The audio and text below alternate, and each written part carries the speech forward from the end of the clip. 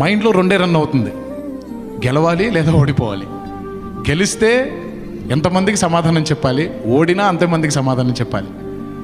But the best thing I have learned is be humble. Do what you are assigned to do. మన పని మనం చేసుకుంటూ పోవాలి. తర్వాత డెసిషన్ అనేది మన చేతుల్లో లేదు. Some times it is your day, some times it is not your day.